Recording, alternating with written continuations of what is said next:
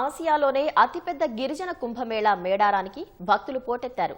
ఈ నెల 28 నుంచి ప్రారంభం కానున్న జాతరకు ఆదివారం కావడంతో అధిక సంఖ్యలో భక్తులు మేడారం బాట పట్టారు. వేలాదిగా తరలివచ్చి తల్లులను దర్శించుకొని వనదేవతలకు చీర, సారె, పసుపు, కుంకుమలు సమర్పించుకుంటున్నారు. మేడారం మహాజాతరకు భక్తుల రద్దీ కొనసాగుతోంది. జాతర సమీపిస్తున్న నేపథ్యంలో భక్తులతో జాతర ప్రాంగణాలు కిటకిటలాడుతున్నాయి. ఆదివారం కావడంతో అధిక సంఖ్యలో భక్తులు తరలివచ్చారు. ట్రాక్టర్లు, డీసీఎంలు, వాహనాలు, ఆర్టీసీ బస్సుల్లో భక్తులు మేడారానికి చేరుకుంటున్నారు. దీంతో తాడ్వై, మేడారం మార్గాల్లో వాహనాలు బారులు తీరారు. కుటుంబ సమేతంగా మేడారానికి విచ్చేస్తున్న భక్తులు జంపన్న వాగులో స్నానాలు ఆచరించి గద్దెల చెంత వనదేవతలకు చీర, సారె, పసుపు, కుంకుమలు సమర్పించి మొక్కులు చెల్లించుకుంటున్నారు. ప్రభుత్వం ఏర్పాటు చేసిన పార్కింగ్ స్థలంలోనే కాకుండా అడవుల్లో చెట్ల కింద విడిది ఏర్పాటు చేసుకుంటున్నారు.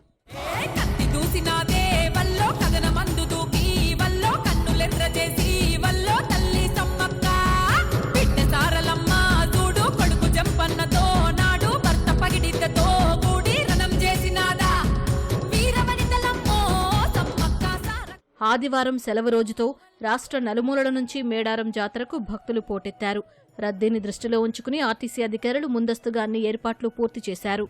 భక్తులను సురక్షితంగా, సౌకర్యవంతంగా మేడారానికి తరలించేందుకు హనుమకొండ జిల్లా హయగ్రీవాచారి గ్రౌండ్లో తాత్కాలిక బస్టాండును ఏర్పాటు చేసి 205 బస్సులను అందుబాటులో ఉంచారు.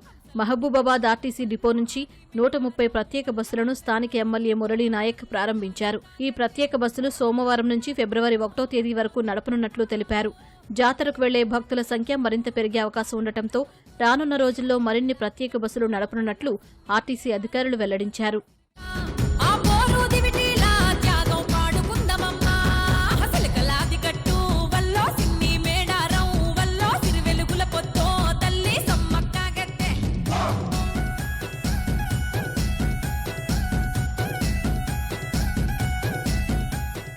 మరో 3 రోజుల్లో ప్రారంభం కానున్న మేడారం మహాజాతరకు రాష్ట్ర ప్రభుత్వం కట్టుదిట్టమైన ఏర్పాట్లు చేసింది.